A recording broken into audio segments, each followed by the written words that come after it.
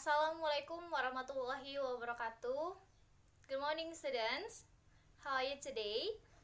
I hope you are in good condition in this pandemic condition. Okay, really nice to meet you all. I hope you enjoy studying with me. Okay, are you ready? Okay, for this beautiful morning, we will learn about opinion and thoughts. What is opinion and thoughts?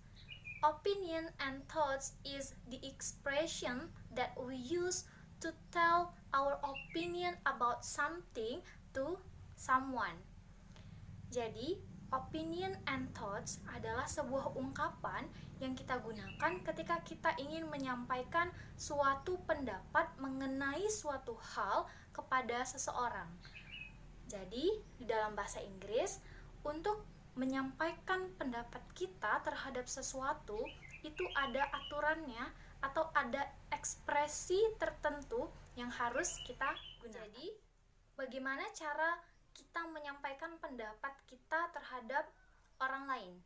There is two ways to tell our opinion. The first one is personal point of view, and the second one is general point of view. Okay, number 1, personal point of view. We use this expression when we want to tell an opinion based on ourselves. Jadi, kita menggunakan ekspresi ini ketika kita ingin menyampaikan suatu pendapat yang mana pendapat tersebut berasal dari hasil pemikiran ataupun pengalaman dari diri kita sendiri. Jadi kita harus menggunakan ekspresi ini ketika suatu pendapat tersebut berasal dari pemikiran kita. Contoh ekspresinya apa saja? Contohnya yaitu in my opinion, what I mean is, I think, or in my experience, and I strongly believe that. Okay, the last one, general point of view.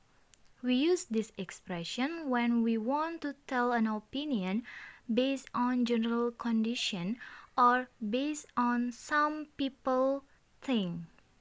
Jadi kita menggunakan ekspresi ini ketika kita ingin menyampaikan pendapat di mana pendapat tersebut berasalkan dari kondisi umum atau berdasarkan dari pemikiran banyak orang. Contoh ekspresi yang digunakan yaitu almost everyone believe that, some people say that, or some people believe, generally it is accepted, or the majority disagree with.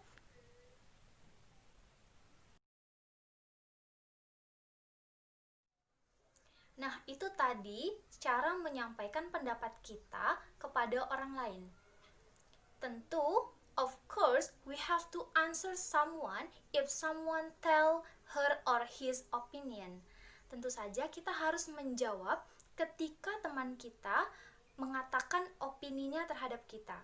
Dan cara menjawabnya juga terbagi menjadi dua, yaitu agreeing atau setuju terhadap pendapat mereka. Yang kedua, disagreeing, artinya kita tidak setuju dengan pendapat orang lain. Number 1, agreeing. We use this to express agreement with an opinion.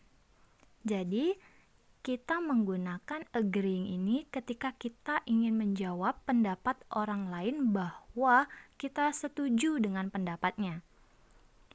The example of the expression, contoh ekspresinya, of course, I agree with this opinion.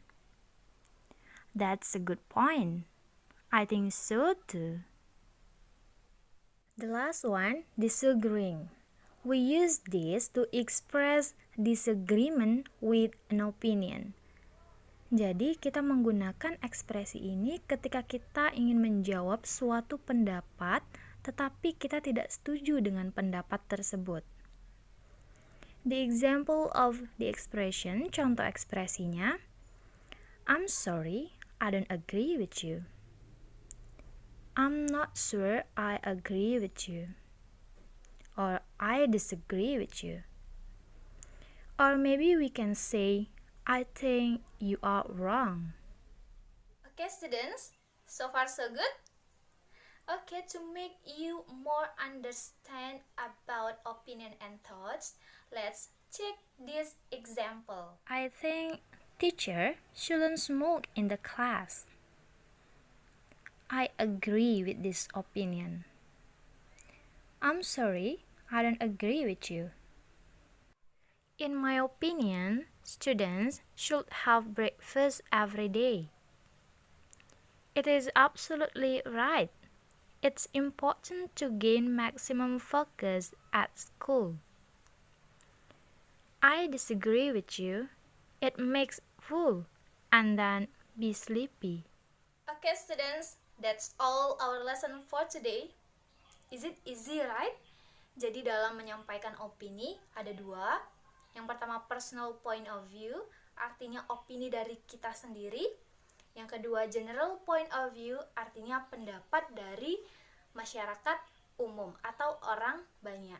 Dan dalam menjawab opini orang lain juga ada dua, agree and disagree. Setuju dan tidak setuju. Okay, so that's all enough. Hope you enjoy your weekend and see you next week. Assalamualaikum warahmatullahi wabarakatuh. See you.